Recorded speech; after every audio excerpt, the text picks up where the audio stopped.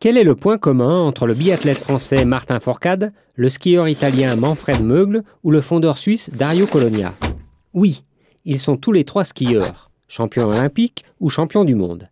Mais pas seulement. La volonté de vaincre, le dépassement, le travail, la ténacité, toutes ces valeurs du sport de haut niveau sont aussi celles que l'on attend dans l'engagement opérationnel d'un soldat. C'est donc fort de ces valeurs communes que les armées de différents pays soutiennent le sport d'élite depuis très longtemps.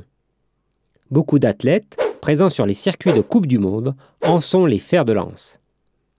C'est le cas pour ces trois skieurs, mais aussi pour de nombreux autres, toutes disciplines confondues.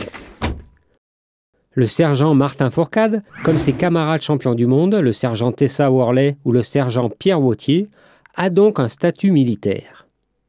Un peu d'histoire. En 2002, suite à la professionnalisation des armées, le mythique bataillon de Joinville, qui a accueilli plus de 21 000 athlètes en 45 ans, est mis en sommeil.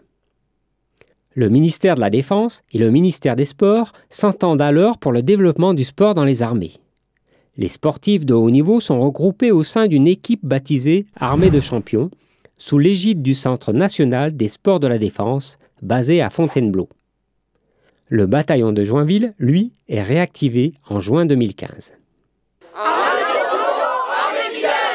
C'est à cette armée de champions qu'appartiennent nos skieurs, au cœur de l'équipe de France militaire de ski, qui, depuis 70 ans, a connu des générations de skieurs d'exception.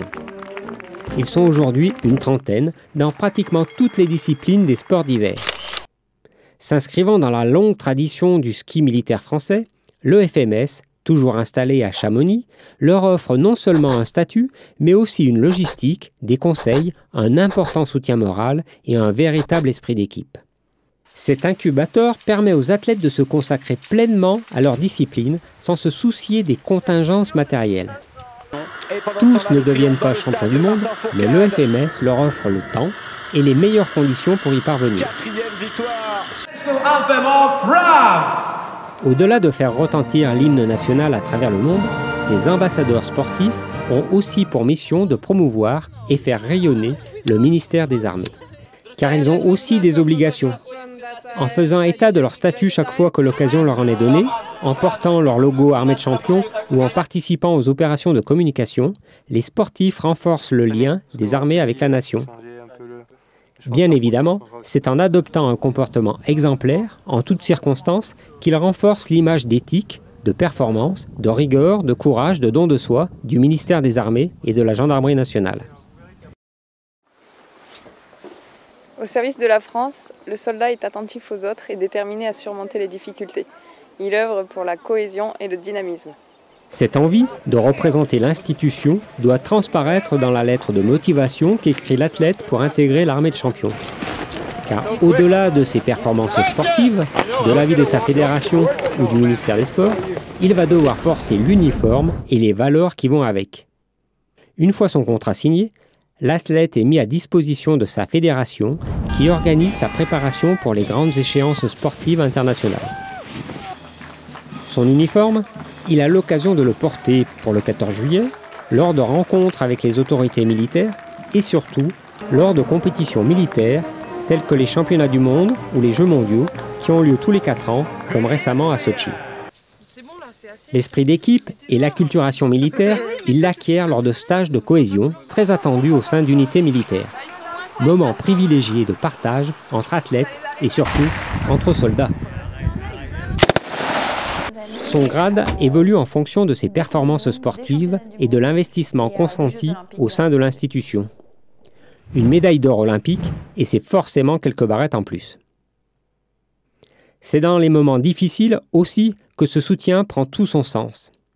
De nombreux athlètes ayant connu des blessures importantes peuvent témoigner. Loin des projecteurs, un accompagnement social et moral est primordial pour qu'ils puissent renouer avec la compétition de haut niveau. Le sergent Tessa Worley, qui après une grave blessure au genou est redevenue championne du monde, en est le parfait exemple. Et après ? La poursuite d'une carrière dans la défense est systématiquement proposée aux athlètes méritants. Ces recrues hors normes, devenus souvent moniteurs de sport, sont la fierté des régiments ou bataillons et tirent vers le haut la pratique sportive des soldats qu'ils entraînent. Ceux qui souhaitent quitter l'institution bénéficient d'un dispositif de reconversion, mais restent, pour la plupart, les ambassadeurs qu'ils ont été durant leur carrière de compétition. Depuis les Jeux Olympiques de Chamonix en 1924, les plus grands noms du ski français ont développé, au sein de l'EFMS, leurs performances, stimulées par une volonté collective de travail et de dépassement. Soyez attentifs, car cette armée de champions, vous la retrouverez à coup sûr cet hiver sur les podiums olympiques ou sur ceux des championnats ou des coupes du monde, qu'ils soient civils ou militaires.